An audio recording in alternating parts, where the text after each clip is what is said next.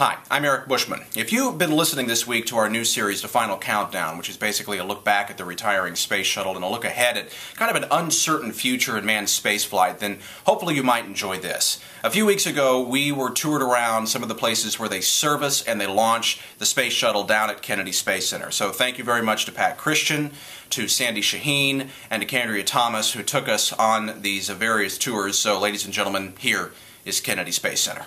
And where are we going first? We're going to the Vehicle Assembly Building first. That's this 525-foot tall, probably fourth largest by volume in the world. Very impressive. It has 4 bays. In fact, I should let Sandy talk because Sandy, this was one of her buildings. You're doing good. Oh, thank you very much. And Sandy, the way I understand it, that this building obviously was built specifically to stack the Saturn V rocket. Do I have that right? Correct. That is correct. Okay, we're going to go through a security checkpoint here. So you see that little yellow light there right now? It's not on. If by chance sirens go off and red lights go flashing, you want to exit as quickly as you can. Probably be running right behind us, and it's out. And we get in any government vehicle if we need to evacuate the building area. And then contrary to what the Mythbusters say, it does not rain in the building. Take a look at this wall here and we'll see how it is for the operation.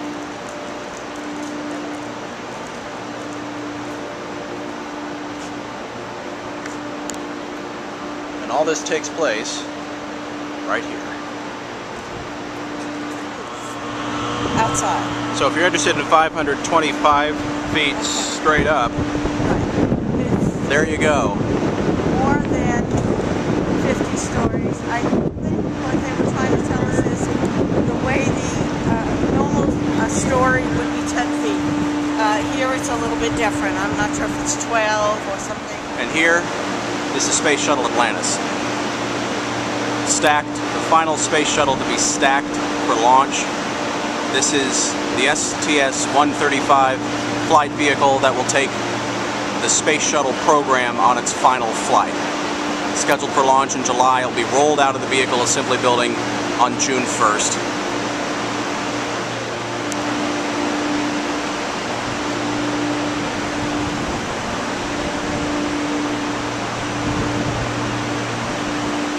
Of course, right underneath those are the 3 main engines. Solid rocket boosters and external tank are hidden from all the equipment surrounding the orbiter, but you can tell some of the wing up there. Okay, so we're just now leaving the Vehicle Assembly Building, and Pat, where are you taking us now? We're going right now to OPF 1 and 2. Straight ahead is OPF Bay 3, which is now empty. So we're going in and we're going to see Discovery. Very good.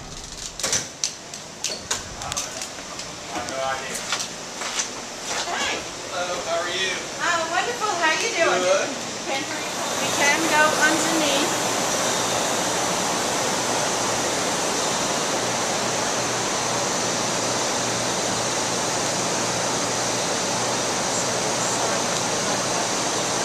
Yes. We are under the belly of the Space Shuttle Discovery.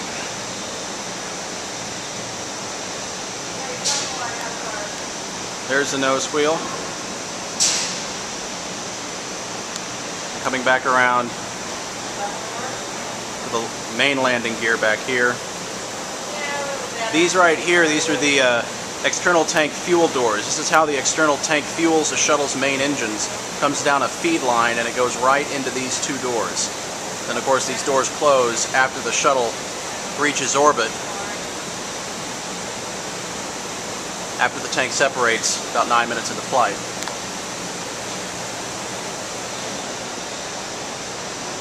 And they pretty much said I can walk around, so let's do it.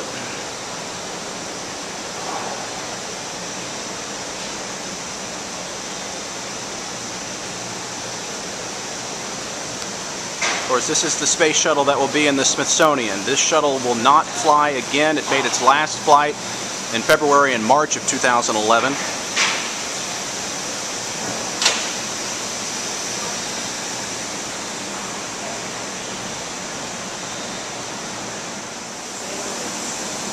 And by the way, just so everyone knows, the lovely Pat and Sandy are the ones escorting me around the various places today.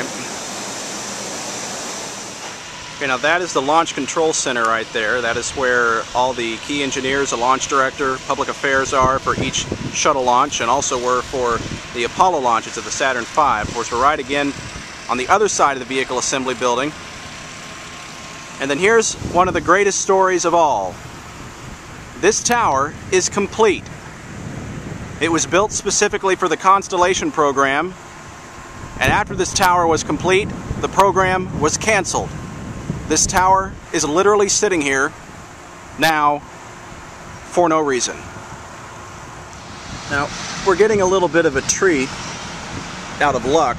This is an actual operating and moving crawler transporter.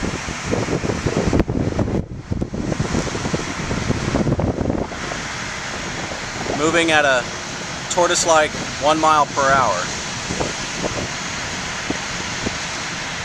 Where it is going? Well, east, and that pretty much tells the story.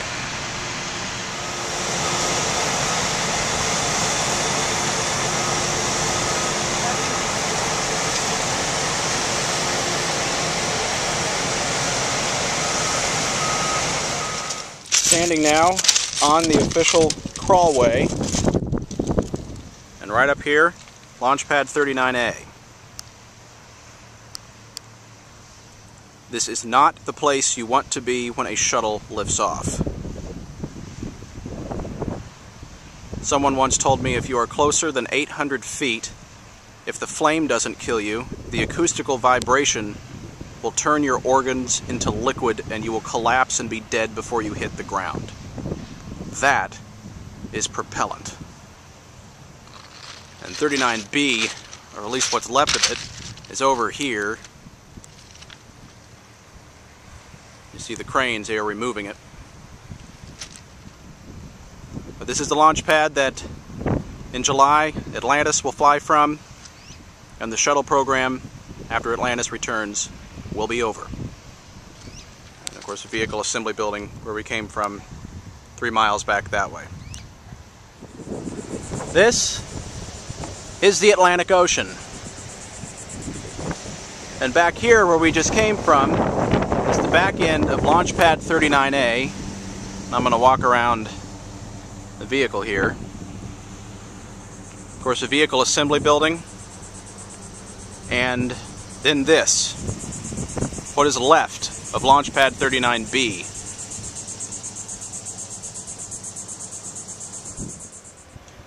Now this is the NASA News Center, and this is on what is just affectionately known as the press site.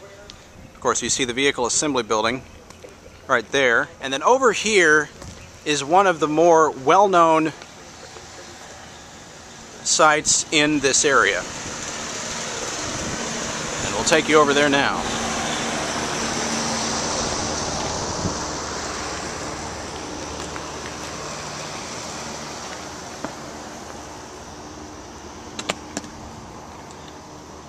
This is the press site. And this is what's called the Launch Pad 39A shot for the press site. The flag on the left, the launch tower, launch pad in the middle, and then the countdown clock, which of course is off.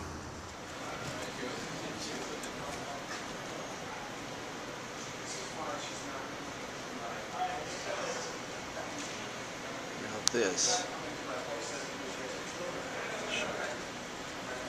Now, of course, I'm standing here with Candria Thomas, who is sat right here. And what is it you get to do here? This is where the public affairs officers do commentary during the launch. So we sit at the console here and during the tanking, which is about 9 hours before launch, and then the actual countdown, we do commentary on live NASA television. Very good.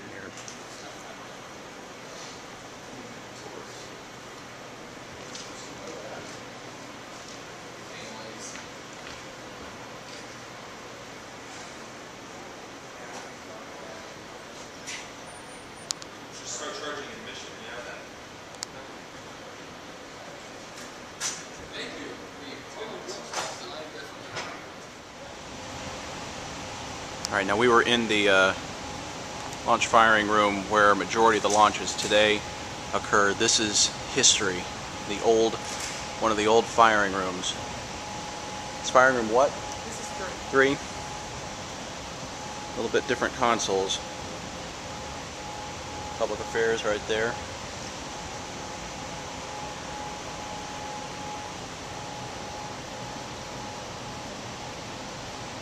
It's Launch Pad 39A, where Atlantis will launch in July. And this is what's left of Launch Pad, or at least the tower for the shuttle on Launch Pad 39B. Well, that was our trip to Kennedy Space Center back in May, and of course, if you want to check out any of our series, The Final Countdown, airing this week on KMBZ, go to our podcast page on our website, kmbz.com.